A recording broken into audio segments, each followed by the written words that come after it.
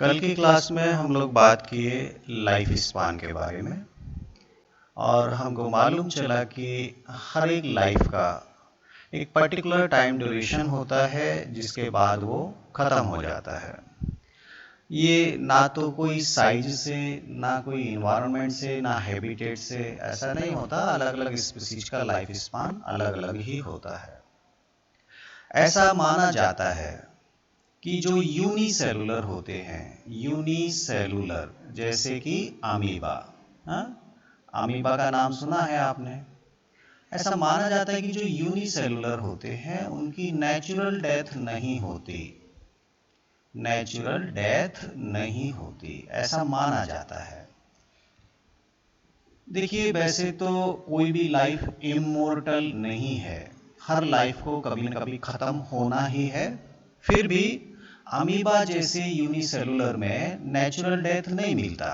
क्यों नहीं मिलता? क्योंकि मान लीजिए एक ये अमीबा है और ये अमीबा का न्यूक्लियस है। अब ये एक खुद सेल भी है और अपने आप में एक कंप्लीट लाइफ भी है, कंप्लीट लिविंग भी है। जब इसमें बाइनरी फिजन होता है तो फिर क्या होता है? दो अमीबा बन जाते हैं। अब बताइए यहाँ डेथ किसकी हुई? यहाँ डेथ तो किसी की हुई नहीं। ये टूटकर दो बन गया, फिर ये टूटकर फिर दो बन जाएगा, ये टूटकर फिर दो बन जाएगा, ये भी फिर टूट के दो बन जाएंगे। मतलब यहाँ जो सेल डिवीजन होता है वो सेल डिवीजन अपने आप में एक रिप्रोडक्शन का तरीका है। और कभी भी ये सेल ये मरेगी नहीं, मरने से पहले ही डिवाइड होके दो अमीबा बना लेगी। तो ऐसा माना जाता है कि इनके अंदर कभी भी नेचुरल डेथ नहीं होता। लेकिन मान लीजिए अमीबा जिस पानी के अंदर तैर रहा है, अगर आपने उस पानी को गर्म कर दिया या उसमें इलेक्ट्रिक शॉक आपने लगा दिया, प्लस माइनस करके करंट लगा दिया, तो ये मर भी सकता है। ऐसा नहीं है कि ये नहीं मरेगा, ये भी मर जाता है, पर नेचुरल डेथ जनरली इनकी देखने को नहीं मिलती। ये थोड़ा सा हमको ध्यान रखना है। ठीक है, इसके बाद हम बात करते हैं कि आखिर रिप्रोडक्शन क्या है। क्या सभी में रिप्रोडक्शन एक तरह का है? तो कल हमने बात किया कि रिप्रोडक्शन एक ऐसी प्रोसेस है जिसमें कोई भी लाइफ मरने से पहले अपने ही जैसा एक दूसरा लाइफ बना देती है, और वो जो नई लाइफ बनेगी वो कहीं ना कहीं अपने पेरेंट के जैसी ही बनती है, इक्वल बनती है। इसी को हम बोलते हैं रिप्रोडक्शन। ठीक है, तो एक सिंपल सा ये प्रोसेस है, ऑलरेडी जूनियर क्लास से आप इसको पढ़ते आ रहे हैं। रिप्रोडक्शन अलग अलग टाइप का पाया जाता है, डिपेंड करता है कि वो जो लिविंग है उसकी फिजियोलॉजी कैसी है, उसकी मॉर्फोलॉजी कैसी है, उसका हैबिटेट कैसा है और किस एनवायरनमेंट के अंदर वो सरवाइव कर रहा है। Environmental condition, habitat and physiology of the livings are responsible to make the different mode of reproduction। सबके अंदर एक जैसा तरीका नहीं होता, अलग अलग तरीके होते हैं। तो ओवरऑल जो भी रिप्रोडक्शन के तरीके हैं हमने उनको दो ग्रुप में बांटा। पहला है असेक्सुअल रिप्रोडक्शन और दूसरा है सेक्सुअल रिप्रोडक्शन। दो तरीके हैं रिप्रोडक्शन के। क्लास 10th का सेम टॉपिक आ रहा है तो मैं इसको थोड़ा फास्ट में ही पढ़ा दूंगा। असेक्सुअल रिप्रोडक्शन वो एक तरीका है रिप्रोडक्शन का जिसमें एक सिंगल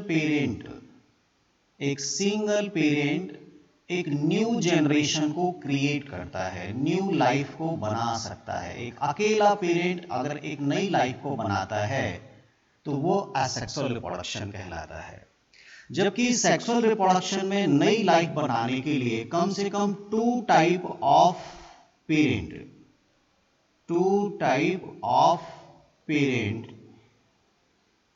इनका इन्वॉल्वमेंट होना जरूरी है। दे विल मेक गैमिट्स, और गैमिट्स में एक मेल गैमिट होगा, एक फीमेल गैमिट होगा, मतलब अपोजिट गैमिट बनाना होता है। अपोजिट गैमिट बनाना होता है, गैमिट्स बनाए जाते हैं और गैमिट्स से फिर नई लाइफ बनती है। मतलब गैमिट का फ्यूजन भी होता है, गैमिट आपस में जुड़ते हैं, जाइगोट बनता है और जाइगोट से फिर न्यू लाइफ बनती है। तो इसका डेफिनेशन कुछ ऐसे दिया गया कि असेक्सुअल रिप्रोडक्शन तो वो तरीका है जिसमें एक सिंगल पेरेंट नई जनरेशन बनाता है, जबकि सेक्सुअल रिप्रोडक्शन वो तरीका है जिसमें कम से कम 2 टाइप के मेल और फीमेल पेरेंट की आवश्यकता होती है। हालांकि डेफिनेशन कुछ एग्जैक्ट ठीक नहीं लग रही है। कई बार क्या होता है, एक सिंगल पेरेंट होता है और वो ही 2 अलग अलग गैमीट बना देता है। मान लीजिए यहाँ पर मेल गैमीट बनते हैं और यहाँ पर फीमेल गैमीट बनते हैं, तो पेरेंट तो एक ही हो गया, सिंगल पेरेंट हो गया, लेकिन उसने गैमीट तो 2 टाइप के बनाए ना। तो जब अगर हम ये कह सकते हैं कि मिनिमम सेक्सुअल रिप्रोडक्शन होने के लिए 2 अलग अलग टाइप के गैमीट बनाना जरूरी होता है और फिर गैमीट का फ्यूजन होना जरूरी होता है। अगर ये 2 स्टेप, 2 प्रोसेस अगर देखने को मिलती हैं तो वो सेक्सुअल रिप्रोडक्शन कहलाएगा। अगर ये दोनों प्रोसेस देखने को नहीं मिलती तो वो असेक्सुअल रिप्रोडक्शन कहलाएगा। So in this way we can say that if the gamete formation and fusion of gamete found during the reproduction, it will be considered as sexual reproduction, and if these two process, the first is gamete formation and second is fusion of gametes, if not found during the reproduction, it will be considered as asexual reproduction. यहाँ से आपको class 12 का definition थोड़ा तैयार करना है। अगर ये 2 प्रोसेस कभी भी रिप्रोडक्शन के दौरान आपको दिखाई देती है तो उसको सेक्सुअल रिप्रोडक्शन बोलेंगे। अगर ये 2 प्रोसेस गैमीट फॉर्मेशन और गैमीट फ्यूजन नहीं दिखाई देता तो फिर उसको हम असेक्सुअल रिप्रोडक्शन कहते हैं। तो ओवरऑल इनको थोड़ा सा डीप में जाने की कोशिश करते हैं। हम बात करेंगे mode of asexual reproduction. Mode of asexual reproduction, आखिर असेक्सुअल रिप्रोडक्शन के तरीके क्या हैं? क्या सभी लिविंग्स असेक्सुअल रिप्रोडक्शन एक ही तरह से करते हैं? ऐसा नहीं है। सबसे पहले तो ये जानना जरूरी है कि सेक्सुअल रिप्रोडक्शन कौन करता है और असेक्सुअल रिप्रोडक्शन कौन करता है। जनरली जो लोअर लिविंग ऑर्गेनिज्म है, लोअर लिविंग ऑर्गेनिज्म, खासतौर पे यूनिसेलुलर, खासतौर पे यूनिसेलुलर कहाँ पे आते हैं याद करो। एक तो आते हैं आपके मोनेरा में और दूसरे आते हैं आपके प्रोटिस्टा में। मोनेरा एंड प्रोटिस्टा ये दोनों क्या है? यूनिसेलुलर है। यहां पर असेक्सुअल रिप्रोडक्शन देखने को मिलता है, जरूर मिलता है, ठीक है। और असेक्सुअल रिप्रोडक्शन हमारे हायर प्लांट्स में भी देखने को मिलता है, हायर प्लांट्स में भी देखने को मिलता है असेक्सुअल रिप्रोडक्शन। जबकि जो सेक्सुअल रिप्रोडक्शन है ये ऐसा नहीं है कि केवल मोनेरा प्रोटिस्टा में मिलता है, कुछ और भी लोअर टाइप के लिविंग से वहां पर भी असेक्सुअल रिप्रोडक्शन होता है। लेकिन सेक्सुअल रिप्रोडक्शन जो मिलता है वो हायर प्लांट्स में, हायर एनिमल्स में, इवन अगर हम प्लांट्स की बात करें तो ये लोअर प्लांट्स में भी मिलता है, only in unfavourable condition. Unfavourable condition, जब प्लांट्स अनफेवरेबल कंडीशन में होते हैं, जब एडवर्स कंडीशन होती है, पानी की कमी हो गई, एकदम हॉट टेम्परेचर होता है, तब जो लोअर प्लांट हैं जो जनरली असेक्सुअल रिप्रोडक्शन करते हैं वो भी सेक्सुअल रिप्रोडक्शन पे शिफ्ट हो जाते हैं जब अनफेवरेबल कंडीशन आती हैं।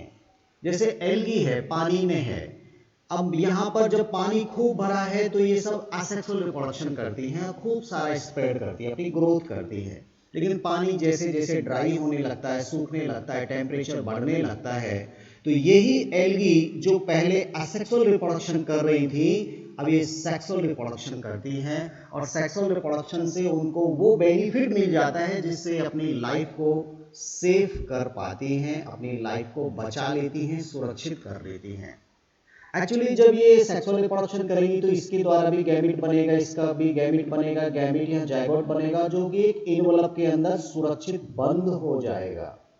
और ये जब तक वो अनफेवरेबल कंडीशन बनी हुई है तब तक लाइफ इस स्पोर जैसी स्ट्रक्चर के अंदर, इस स्पोर नहीं बोलेंगे, सेक्सुअल रिप्रोडक्शन से बना, इसके अंदर सुरक्षित रहेगी, प्रोटेक्टिव रहेगी। और जब दोबारा से बरसात हो जाएगी तो फिर ये फिर से दोबारा आपका ग्रो करके नया लाइफ फिर से बना देगा। तो कहीं ना कहीं सेक्सुअल रिप्रोडक्शन ऐसी फैसिलिटी प्रोवाइड करता है जिससे वो अपनी स्ट्रेसफुल कंडीशन को आसानी से स्पेंड कर लेता है, सुरक्षित तरीका वहां उसको मिल जाता है। इसीलिए जो लोअर प्लांट्स है वो भी अनफेवरेबल कंडीशन में सेक्सुअल रिप्रोडक्शन यूज करते हैं। तो ये थोड़ा सा आपका कंसेप्ट दिमाग में क्लियर होना चाहिए। ऐसा नहीं होता कि जो लिविंग हमेशा सेक्सुअल रिप्रोडक्शन करता है क्या वो कभी भी सेक्सुअल नहीं करेगा, वो भी कर सकता है, ये थोड़ा ध्यान देना है। लेकिन हायर एनिमल हमेशा सेक्सुअल रिप्रोडक्शन ही करते हैं। बहुत सारे बेनिफिट होते हैं सेक्सुअल रिप्रोडक्शन के। सेक्सुअल रिप्रोडक्शन के कारण वेरिएशंस प्रोड्यूस होती हैं, वेरिएशंस आती हैं जो उसको सरवाइव करने में, फिट करने में काफी यूजफुल होती है। और कहीं ना कहीं ऐसा एक स्टेज मिलता है जहां पर अनफेवरेबल कंडीशन को अवॉइड किया जा सकता है ड्यूरिंग द सेक्सुअल रिप्रोडक्शन। तो ये थोड़ा सा एडवांस टाइप का रिप्रोडक्शन है, लेकिन काफी एक्सपेंसिव प्रोसेस है। Lot of energy consumed during the sexual reproduction. तो बहुत एनर्जी खर्च होती है, इसीलिए हर लिविंग सेक्सुअल रिप्रोडक्शन नहीं करता। जिनके पास ऑलरेडी बहुत कम एनर्जी है, लोअर टाइप के प्लांट हैं, एनिमल है, वो क्यों इतना एनर्जी खर्च करेंगे जब नॉर्मल उनको एसेक्सुअल से ही रिप्रोडक्शन हो रहा है, तो फिर उनको करने की जरूरत नहीं है। लेकिन जब कंडीशन ऐसी बन गई कि उनको करना पड़ा तो वो भी सेक्सुअल रिप्रोडक्शन कर सकते हैं। तो ये कंसेप्ट थोड़ा सा एक दिमाग में हमको रखना चाहिए, ठीक है। अब चलिए हम देखते हैं कि असेक्सुअल रिप्रोडक्शन किस किस तरीके से देखने को मिलता है। हमने क्लास 10th में भी खूब सारा पढ़ा है। सबसे पहली बात तो ये थोड़ा सा एक जानना जरूरी है कि असेक्सुअल रिप्रोडक्शन जो हो रहा है इसमें एक सिंगल इंडिविजुअल न्यू जनरेशन बना रहा है, ये न्यू जनरेशन है। और सेक्सुअल रिप्रोडक्शन में दो अलग अलग पेरेंट हैं। ये मान लीजिए दो अलग अलग पेरेंट हैं, ये गैमीट बनाएंगे पहले, इसने गैमीट बनाया, इसने भी गैमीट बनाया, गैमीट फ्यूज होंगे और फिर यहाँ जाइगोट बनेगा और जाइगोट से फिर नई लाइफ बनेगी। ये सेक्सुअल रिप्रोडक्शन है। तो यहाँ पर चूंकि इसके पास जो जेनेटिक मटेरियल है वो ही हाफ होके इधर आया और इधर आया, मतलब सेम टाइप का जेनेटिक मटेरियल नई जनरेशन में ट्रांसफर हुआ। तो ये दोनों जो हैं इनके पास एक ही जैसा जेनेटिक मटेरियल है, एक ही जैसा डीएनए है और वो डीएनए इस पेरेंट के जैसा ही है।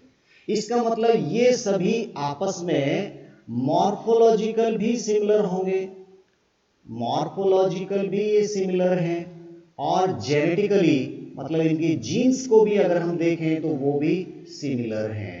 तो ऐसे इंडिविजुअल, ऐसी लिविंग, ऐसे लाइफ जो मॉर्फोलॉजिकल और जेनेटिकल अगर सिमिलर पाए जाते हैं तो इनको हम क्लोन भी कह सकते हैं। क्लोन एक जनरल शब्द है। क्लोन जनरली ऐसे लिविंग को बोला जाता है जिनका जेनेटिक मटेरियल सेम हो, सेम टाइप का डीएनए जिनके पास हो, उनको हम क्लोन कहते हैं। अब यहाँ पर जब हम बात करेंगे तो ये मेल का डीएनए है, ये फीमेल का डीएनए है। मेल का डीएनए मेल गैमीट में जाएगा, फीमेल का डीएनए फीमेल गैमीट में जाएगा और ये जो नई लाइफ बनेगी उसके पास इन दोनों का मिक्सचर होगा। वो डीएनए ना तो एग्जैक्ट इस मेल के जैसा है, वो डीएनए ना भी इस फीमेल के जैसा है, मतलब 100% ये जो नई लाइफ बन रही है वो अपने दोनों ही पेरेंट में से किसी के भी जैसा नहीं है, उसको हम क्लोन नहीं कह सकते। 100% वहां कुछ चेंजेस आएंगे, वहां पर वेरिएशंस पाई जाती हैं। तो सेक्सुअल रिप्रोडक्शन में वेरिएशंस हमको बहुत ज्यादा पाई जाती हैं, असेक्सुअल रिप्रोडक्शन में वेरिएशंस नहीं होती हैं। असेक्सुअल रिप्रोडक्शन में जो भी जनरेशन बनती है उनको आपस में हम क्लोन कह सकते हैं क्योंकि उनका मॉर्फोलॉजिकल और जेनेटिकल बहुत सारा सिमिलरिटी देखने को मिलता है, जबकि सेक्सुअल रिप्रोडक्शन में हम क्लोन नहीं कह सकते because they have different type of genetic material. So in this way we can say about the clone concept. Clone हमको समझ में आ गया, ये एक जनरल शब्द है, कोई खास अभी काम आने वाला नहीं है। फिर भी अब हम देखते हैं कि जो इस लोअर टाइप के लिविंग्स हैं वो किस किस तरीके से असेक्सुअल रिप्रोडक्शन करते हैं, उनका तरीका क्या है असेक्सुअल रिप्रोडक्शन का। तो सबसे पहले हम बात करेंगे यहाँ पे बर्डिंग की। सबसे पहले बात करेंगे बर्डिंग। क्लास 10th में हमने एग्जाम्पल पढ़े थे हाइड्रा और यीस्ट। यीस्ट एक यूनिसेलुलर, ध्यान देना, यूनिसेलुलर फंगस होता है, फंजाई है unicellular. Generally fungus multi cellular होते हैं, लेकिन कुछ फंगस यीस्ट की अगर हम बात करें तो ये यूनिसेलुलर फंगस है, इनमें बर्डिंग देखने को मिलता है। बर्डिंग क्या होता है, अगर बॉडी की सरफेस पर अगर कोई आउटग्रोथ देखने को मिलती है तो ये बर्ड कहलाती है। ये क्या कहलाती है, बर्ड। और ये आउटग्रोथ अगर धीरे धीरे बड़ी होकर एक कंप्लीट एक एनिमल बना ले, ये मान लीजिए आपका हाइड्रा है, अगर ये आउटग्रोथ यहाँ से इसके ऊपर बड़ी होकर ग्रो होकर अगर ये अलग अलग हो जाए, सेपरेट हो जाए, तो ये आपका बर्डिंग कहलाता है। देखिए ये बर्ड एक नई लाइफ में बन गई और इसमें जो पेरेंट था वो पेरेंट अभी भी सुरक्षित है।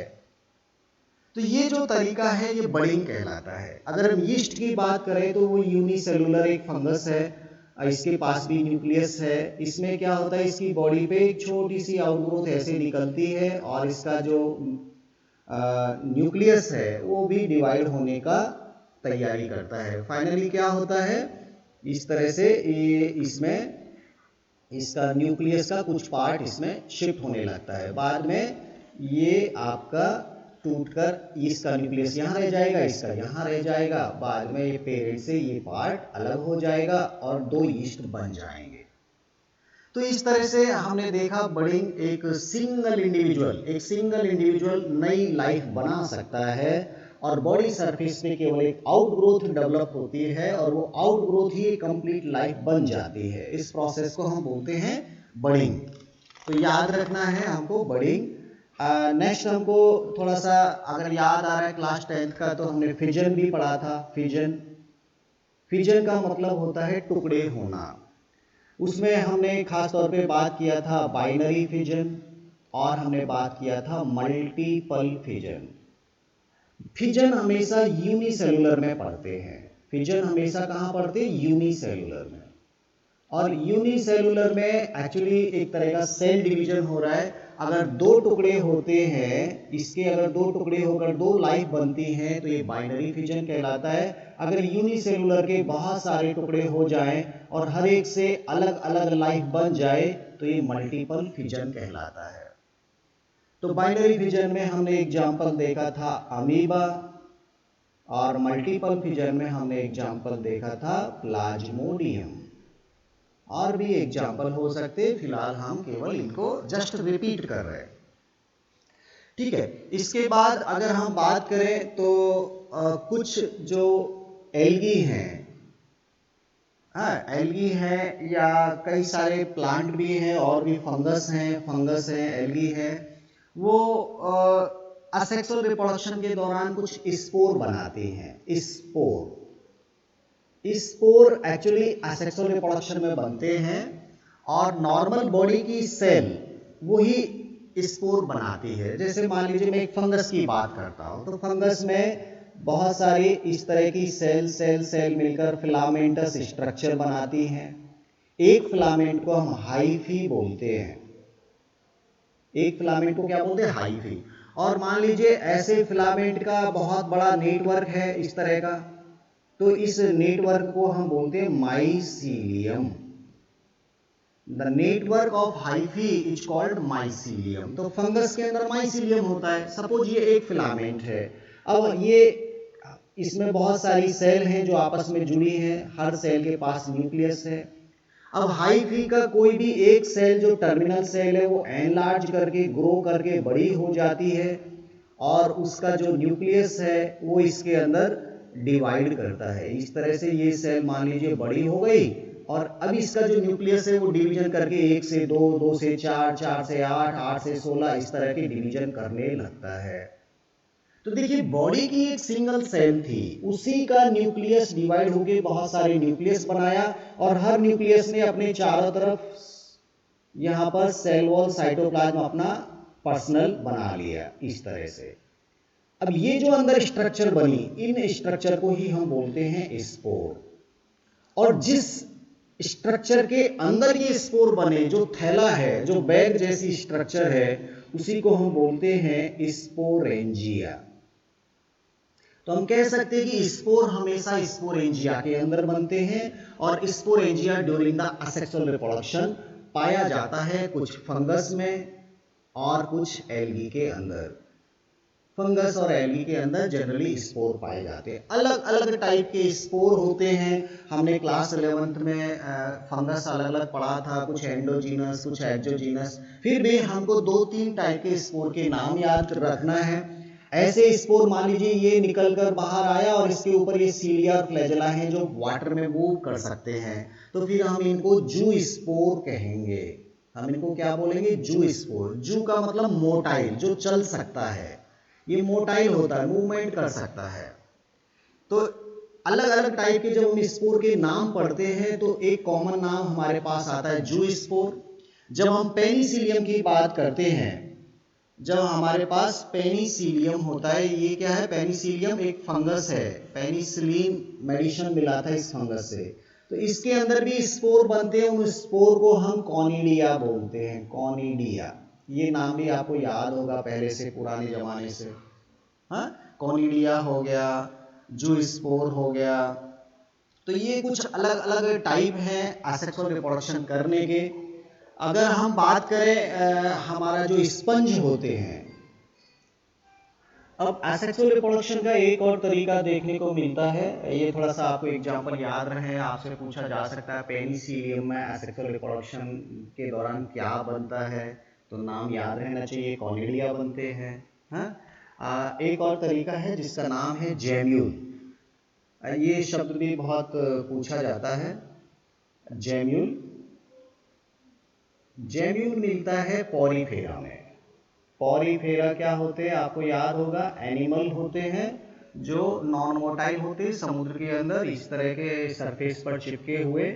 ऑस्टिया, ऑस्कुलम होता है उनकी बॉडी में, छोटे छोटे छोटे छोटे छेद होते हैं माइनर, और इनके अंदर जो कैविटी है स्पंजोसील, वो स्पंजोसील ये यहाँ से पानी आता है और फिर ऑस्कुलम से बाहर जाता है। ऐसा करके याद आया आपको? आपने साइकोन वगैरह पढ़े थे क्लास 11th में। तो ये पॉरीफेरा में जो स्पंज, जिनको हम बोलते हैं स्पंज, उनके अंदर ये जेम्यूल्स जैसी स्ट्रक्चर पाई जाती है। एक्चुअली ये आपका डिप्लोब्लास्टिक है, 2 जर्म लेयर है, एक्टोडर्म एंडोडर्म।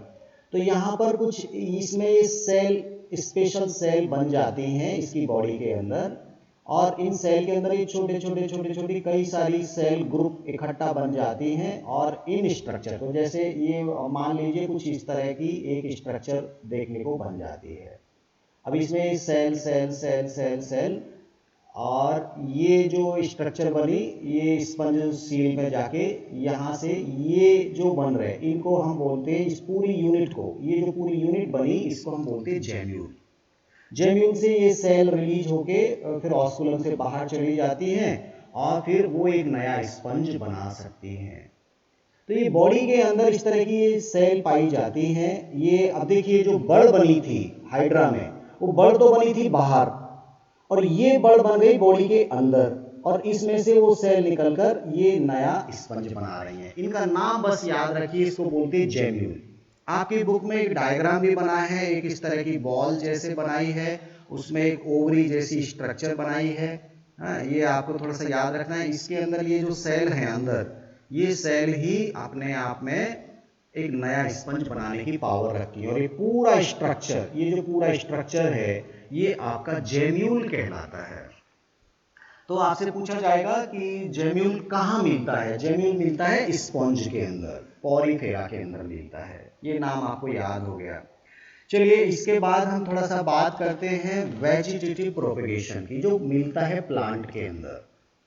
प्लांट के अंदर अगर बॉडी के किसी भी पार्ट से नया प्लांट बनता है तो उसे बोलते हैं वेजिटेटिव प्रोपेगेशन। Vegetative propagation. तो प्लांट की बॉडी में क्या क्या पार्ट होते हैं? प्लांट की बॉडी में रूट होता है, स्टेम होता है, लीफ होती है। अगर इन पार्ट से कोई नया पौधा बने तो वो वेजिटेटिव प्रोपेगेशन कहलाएगा। ध्यान देना, प्लांट का जो फ्लावर है वो रिप्रोडक्टिव पार्ट है, वो वेजिटेटिव पार्ट नहीं है। तो उससे जो सीड बनता है, फ्लावर से फ्रूट बनेगा, फ्रूट के अंदर सीड बनेगा, सीड से फिर नया लाइफ बनता है। एक्चुअली वो सेक्सुअल रिप्रोडक्शन में बनता है। तो फ्लावर को छोड़ दीजिए, फ्लावर के अलावा अगर प्लांट की बॉडी का कोई भी पार्ट अगर नया प्लांट बनाता है तो वो असेक्सुअल रिप्रोडक्शन में ही आएगा और वो वेजिटेटिव प्रोपेगेशन कहलाएगा। कुछ नाम दिए हैं जिनको याद रखना बहुत जरूरी है। प्लांट में कौन सा पार्ट है जिसको क्या बोलते हैं और जिसके कारण वेजिटेटिव प्रोपेगेशन होता है, वो हमको याद रखना जरूरी है। सबसे पहले मैं बात करूं इसमें वेजिटेटिव प्रोपेगेशन में, एक होता है रनर। स्पेशली हम वेजिटेटिव प्रोपेगेशन की बात कर रहे हैं। पहला होता है रनर का मतलब दौड़ लगाने वाला, दौड़ने वाला। प्लांट में रनर होता है। कभी आपने पुदीने का पेड़ देखा होगा, पुदीना में इस तरह की ये डाली निकली है और इनमें पत्ती आ रही हैं इस तरह से। ये मिंट बोलते हैं ना पुदीना, घास में भी आप देख सकते हैं अगर आप गौर करें तो, और ये इसकी रूट्स हैं इस तरह से।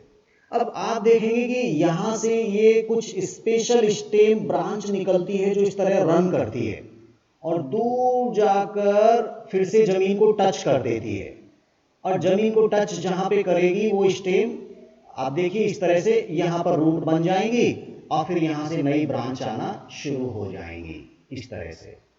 तो ये जो ब्रांच निकली ये इस पेड़ से निकली है और ये काफी लंबाई तक इस तरह से हॉरिजॉन्टल ग्रोथ कर रही है, इसको हम बोलते हैं रनर। तो रनर से क्या होता है, ये नया प्लांट बन गया, यहां से एक और रनर निकला और फिर यहां जाके टच हुआ, फिर एक नया प्लांट बन गया। तो ये हमको मिंट के अंदर खास तौर पे, मिंट मतलब पुदीना, मिंट और ग्रास, और आपका जो स्ट्रॉबेरी है, वहां पर हमको रनर से वेजिटेटिव प्रोपेगेशन होता हुआ दिखाई देता है। ध्यान देना, ये एग्जाम्पल आपको याद रहना चाहिए कि रनर किस किस में पाया जाता है। ठीक है, रनर आपका क्लियर हो गया। दूसरा होता है राइजोम। राइजोम क्या होता है? एक्चुअली राइजोम अपने आप में एक स्टेम होता है जो रूट के जैसा पाया जाता है, रूट लाइक होता है, और इसका काम होता है फूड स्टोरेज करना। राइजोम खास तौर पे अगर हम बात करें, ट्यूबर भी ऐसा होता है। ट्यूबर और राइजोम में कोई खास डिफरेंट नहीं है। राइजोम थोड़ा बड़ा होता है और ट्यूबर जो होता है वो थोड़ा छोटा होता है। ट्यूबर में हम पोटैटो का एग्जांपल ले सकते हैं। पोटैटो, आलू आपने देखा होगा, ये स्टेम होता है, इसके ऊपर बर्ड्स पाई जाती हैं, अलग अलग बर्ड्स जिनको आई बोलते हैं, और इसको आप काट कर अलग अलग पार्ट को अगर आप सॉइल में लगाएंगे तो ये जो आई हैं इनसे फिर नया प्लांट बन जाता है। ये इनसे नया प्लांट बनता है। तो है तो ये स्टेम, और स्टेम के ऊपर नोड, इंटरनोड पर ये बड्स पाई जा रही हैं, आई पाई जा रही हैं। तो ये जो पोटैटो है ये हमारा ट्यूबर के अंतर्गत आएगा। इसको क्या बोलते हैं? Tuber is a vegetative part which is responsible to make the new generation. तो ये पोटैटो का एग्जाम्पल हो जाएगा, ट्यूबर के अंदर आएगा पोटैटो। ठीक है, ये थोड़ा सा आपको दिमाग में रखना है। फूड स्टोरेज तो है लेकिन वो वेजिटेटिव प्रोपगेशन का भी काम करता है। राइजोम की बात करें तो बनाना इसका बेस्ट एग्जाम्पल हो जाएगा। राइजोम का बेस्ट एग्जाम्पल क्या हो जाएगा? बनाना। इवन आप जिंजर भी इसमें शामिल कर लीजिए। जिंजर अदरक को बोलते हैं। खासतौर पे बनाना आप समझने की कोशिश कीजिए। बनाना का जो आपने देखा होगा एक इस तरह का, ये मान लीजिए स्टेम होता है और ये सॉइल के नीचे दबा हुआ होता है, यही स्टेम है। इस स्टेम पर यहां से रूट्स निकल रही हैं, इसके अंदर ये रूट्स निकल रही हैं। ये बनाना के पेड़ की रूट्स निकल रही हैं स्टेम से, ठीक है। और यहाँ स्टेम के ऊपर नोड इंटरनोड नोड इंटरनोड बहुत पास पास में मौजूद है, node internode node internode node internode, और इनसे निकलती हैं, स्टेम पर निकलती है लीव्स। ये लीव्स निकली, इधर से लीव्स निकली, इधर से लीव्स निकली, इधर से लीव्स निकली, बहुत सारी लीव्स निकल रही हैं। ये बनाना की लीव्स निकल रही हैं, और लीव्स की सभी डंडी जिन्हें हम बोलते हैं पैटियोल, वो पैटियोल मिलकर एक स्यूडो स्टेम जैसा हमको दिख रहा है। ये स्यूडो स्टेम, और बाहर जाकर फिर ये पत्तियां इस तरह से खुल जाती हैं, इस तरह से पूरी लीव्स खुल जाती है। तो ध्यान देना, इसको स्टेम मत बोलना, ये स्टेम नहीं है, ये लीव्स की पैटियोल है, ये लीव्स ही है। लीव्स यहां से शुरू हो रही हैं, स्टेम तो केवल ये है, ये आपका स्टेम है, ये लीव्स है, और ये लीव्स का खुला हुआ पार्ट है लेमिना, जिसको हम लेमिना बोलते हैं। ये लेमिना है, ये इसके पैटियोल है। तो petiole petiole petiole petiole petiole इकट्ठे होके एक स्यूडो स्टेम जैसा बन जाता है, स्यूडो स्टेम जैसा बन जाता है, ठीक है। तो बनाना समझ में आया। लेकिन बनाना में हम क्या पढ़ रहे हैं? राइजोम। तो ये जो बनाना का स्टेम है ये राइजोम कहलाता है। और यहां पर कुछ नोड इंटरनोड से इस तरह के ये छोटे बेबी प्लांट डेवलप होते हैं, बेबी प्लांट डेवलप हो रहे ये वाले, और बेबी प्लांट को ही हम बोलते हैं सकर। इनको क्या बोलते हैं? सकर। बेबी प्लांट जो स्टेम की नोड पर डेवलप होते हैं, उन बेबी प्लांट को हम बोलते हैं सकर। बाद में जो ग्रो करके पूरा एक पौधा बना सकता है। आप इसको यहां से काटकर, ये जो टुकड़ा है इसको काटकर अगर आप जमीन में लगा दोगे तो ये आपका एक कंप्लीट प्लांट बना लेगा। तो ये सकर इस राइजोम के ऊपर जुड़ा हुआ है, ध्यान देना। सकर का मतलब होता है baby plant, baby plant found in axil of stem, axil of stem. थोड़ा सा मैं सकर को अभी और दूसरा एग्जांपल लेके भी आपको समझाऊंगा, लेकिन ये स्टेम कहीं ना कहीं वेजिटेटिव प्रोपेगेशन में हेल्प कर रहा है, और इस स्टेम को हम बोलते हैं राइजोम। फिलहाल मैं राइजोम को डिस्कस कर रहा हूं, ठीक है। अब देखिए यहां पे सकर मिला। अब मैं सकर का एक दूसरा एग्जांपल आपको देता हूं। सकर का मतलब एक बेबी प्लांट है जो स्टेम के ऊपर डेवलप होता है।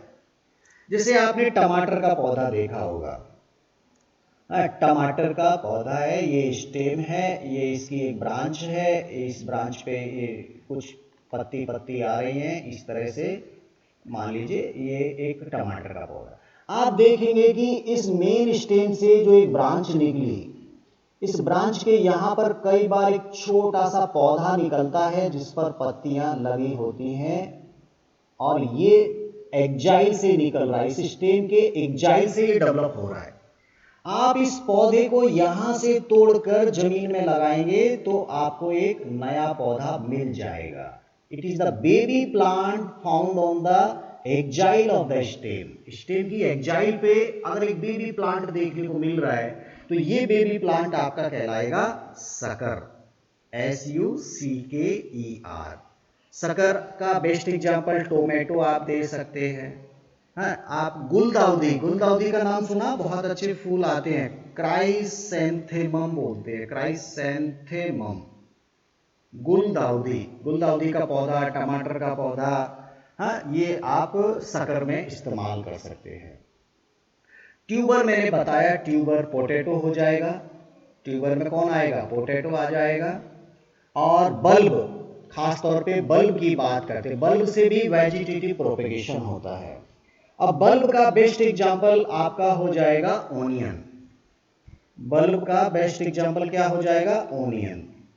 एक्चुअली अगर आपने ओनियन देखा है तो ओनियन का स्टेम भी बहुत छोटा सा होता है इस तरह से, और ये इस तरह से छोटा सा होता है, और इस पे यहाँ नीचे रूट्स निकलती हैं इस स्टेम से। इस स्टेम पे नोड इंटरनोड नोड इंटरनोड मौजूद है, और इसी स्टेम से लीव्स निकलती हैं। ये लीव्स निकल रही हैं, ये लीव्स निकल रही हैं, ये लीव्स इस तरह से निकलती हैं, हाँ, इस तरह से, और ये leaves leaves leaves leaves leaves पूरा निकल के ये पार्ट आपका अंडरग्राउंड होता है, यहाँ से ये पार्ट।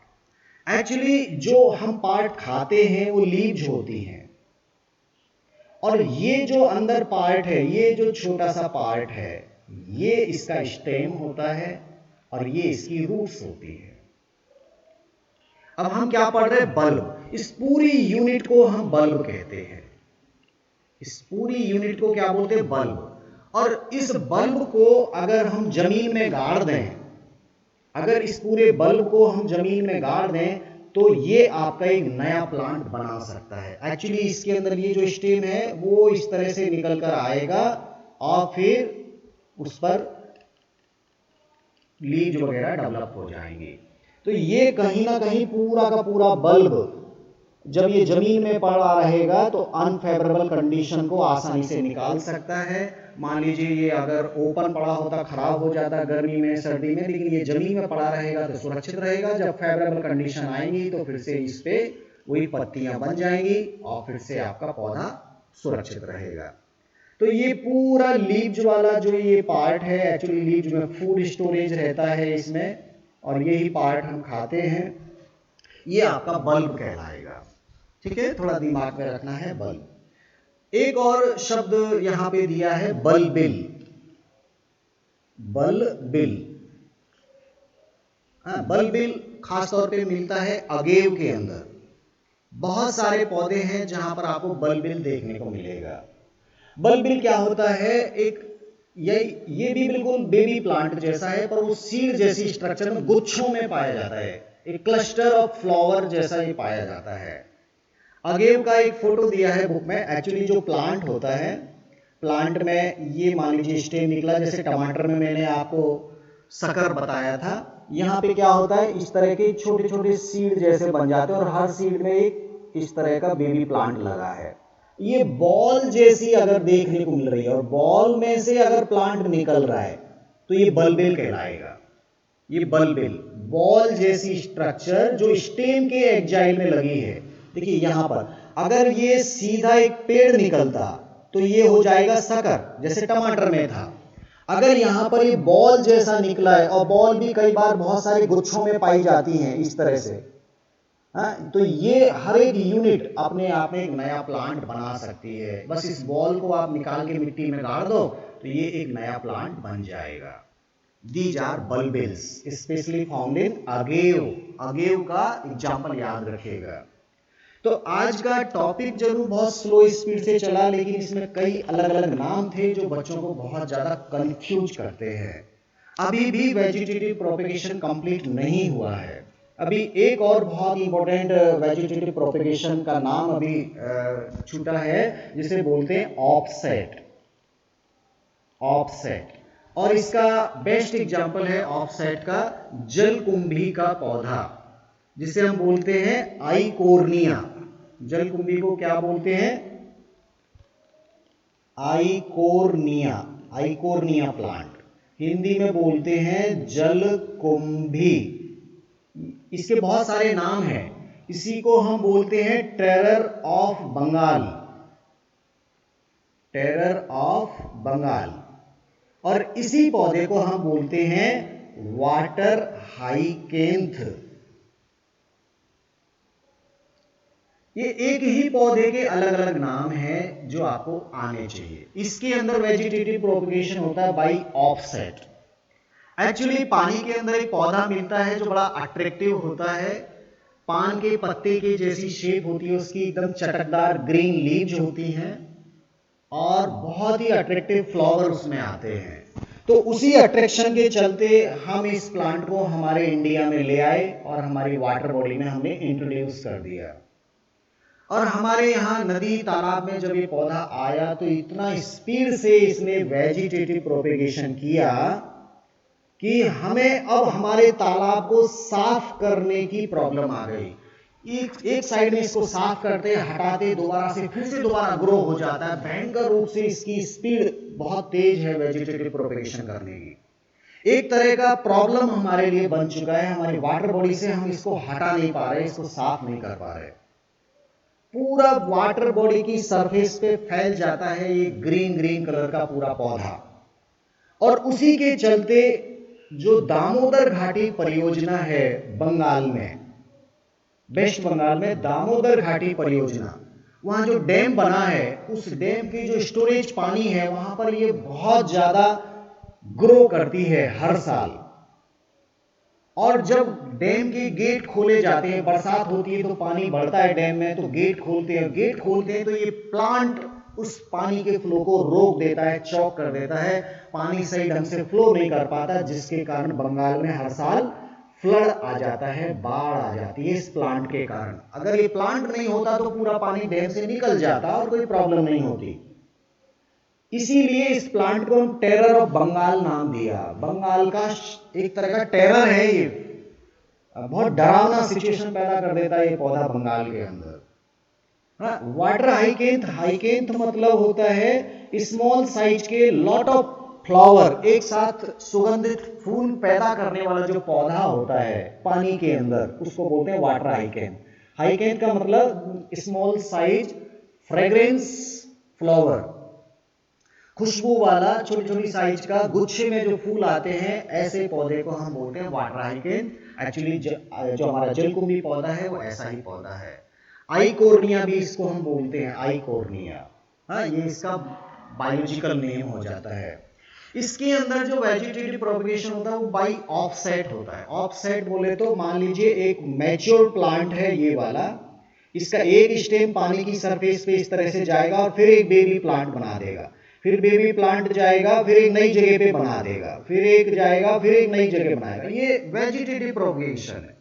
तो ये जो पार्ट है इसको हम ऑफसेट बोलते हैं। ये जो पार्ट है इसको क्या बोलते हैं? ऑफसेट। आपकी बुक में फोटो दिया है आइकोर्निया का, आप ऑफसेट को देखने की कोशिश करना। ये मदर प्लांट, ये आगे चल के फिर एक बेबी प्लांट, फिर आगे चल के फिर एक बेबी प्लांट, फिर आगे चल के फिर एक बेबी प्लांट।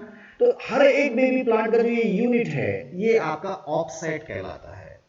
तो offset is also a type of vegetative propagation by which Eichhornia, especially the terror of Bengal, the water hyacinth plant, reproduce asexually. तो ऑफसेट के द्वारा यहाँ बहुत विग्रस फास्ट स्पीड से असेक्सुअल रिप्रोडक्शन देखने को मिलता है जलकुंभी में। अब आप अपनी बुक में जो फोटो दिए हैं उनको पहचानने की कोशिश करना। इवन ब्रायोफिल्म का भी एक लीफ का फोटो दिया है।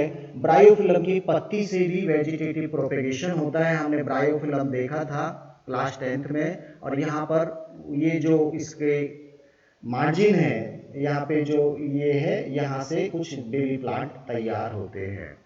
तो ब्रायोफिल्म की लीव्स से भी एसेक्सुअल रिप्रोडक्शन देखने को मिलता है। शुगर केन का जो स्टेम होता है उससे भी वेजिटेटिव प्रोपगेशन होता है। जो आपका रोज प्लांट है, गुलाब का पौधा है, उसके स्टेम से भी आप नया पौधा बना सकते हैं। तो इतने सारे एग्जाम्पल केवल और केवल वेजिटेटिव प्रोपगेशन में हमको याद रखना होता है। अलग अलग तरीके हैं वेजिटेटिव प्रोपगेशन के। आपसे सीधा पूछा जाएगा बल्बिल कहाँ मिलता है, एग्जाम्पल दीजिए।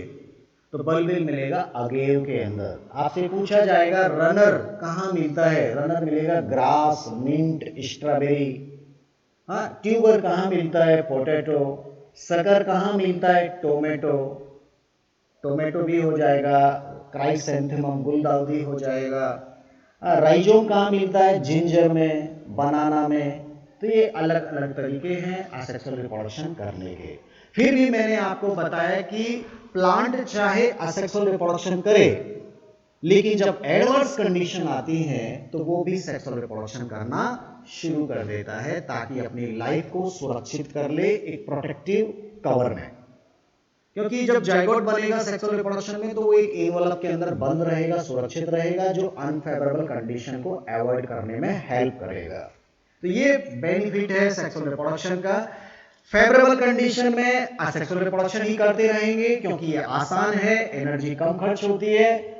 और जब एडवर्स कंडीशन आती है तो असेक्सुअल रिप्रोडक्शन करने वाला भी सेक्सुअल रिप्रोडक्शन करने लगता है, क्योंकि सेक्सुअल रिप्रोडक्शन से उसको अपनी लाइफ को सुरक्षित करने में आसानी हो जाती है। तो आज का टॉपिक बस यहाँ पे हम लोग रोकेंगे, कल फिर बात करेंगे सेक्सुअल रिप्रोडक्शन की।